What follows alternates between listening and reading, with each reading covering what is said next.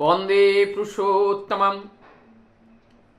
हम लोग परम दयाल श्री ठाकुर जी के अनेकों घटनाएं उनके दिव्य लीला के माध्यम में हम लोग सुनते हैं, देखते हैं।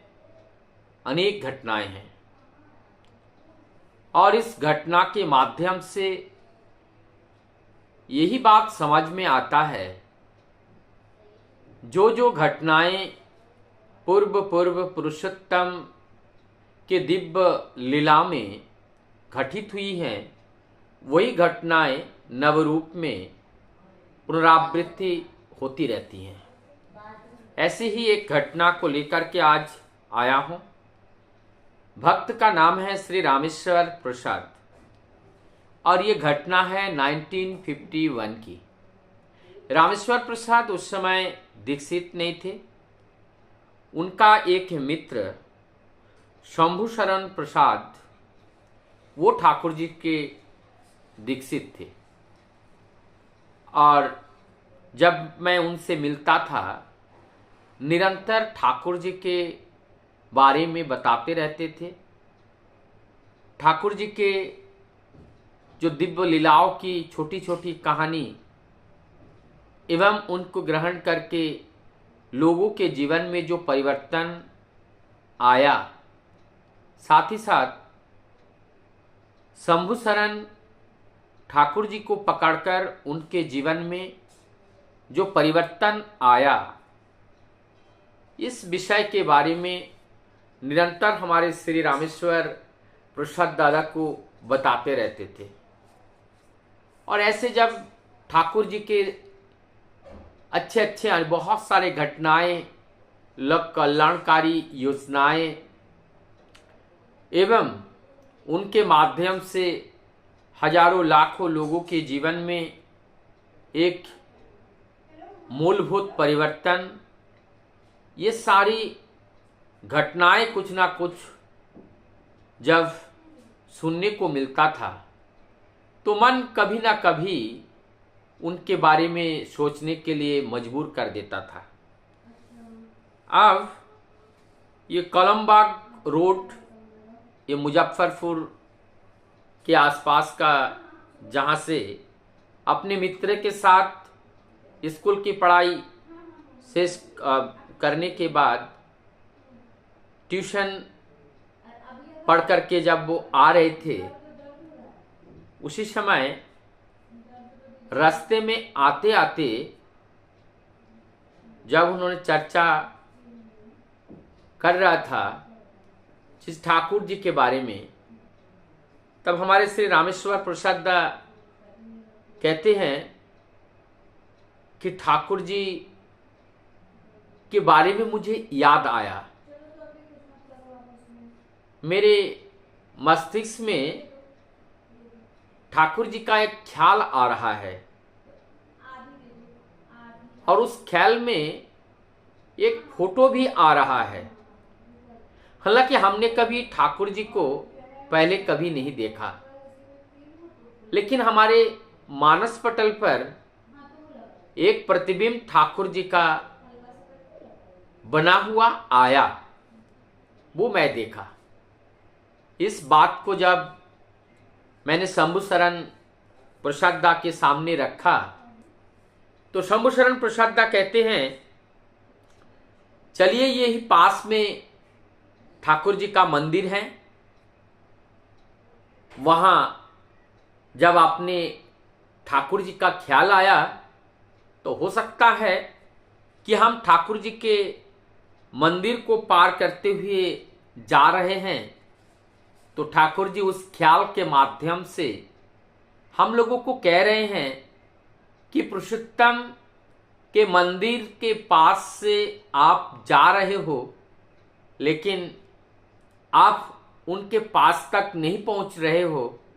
प्रभु आपको देखना चाहते हैं, शायद ऐसा हो सकता है।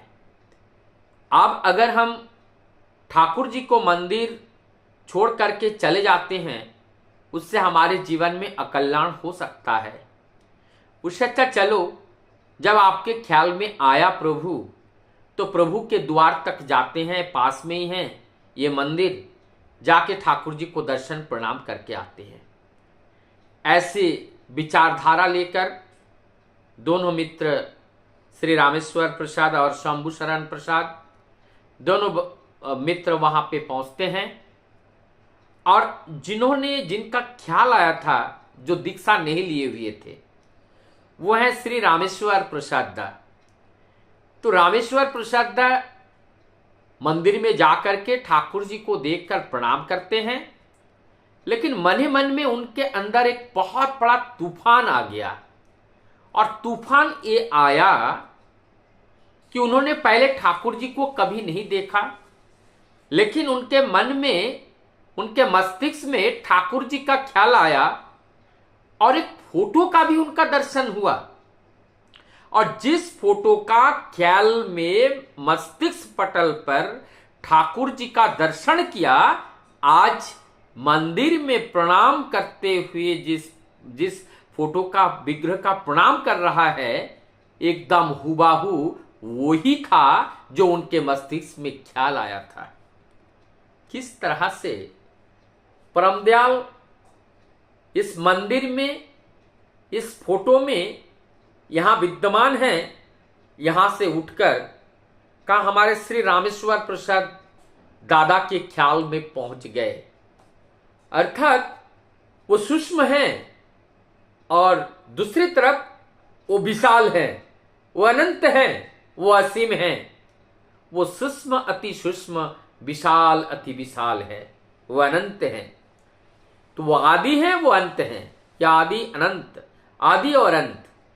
तो इसमें वो हर जगह है। तो इसका ये प्रमाण मिला कि श्री रामेश्वर प्रसाद दा वहीं पर दोनों आंखों से उनकी आंसू झर रही हैं और ठाकुर जी के प्रति उनका विश्वास और गाढ़ा हो जाता है। तब जाकर के वो दृढ़ता के साथ अपने मित्र शंभु शरण प्रसाद दास से कहते हैं कि भाई, मैं दीक्षा लेना चाहता हूं, आज ही मुझे दीक्षा करा दो।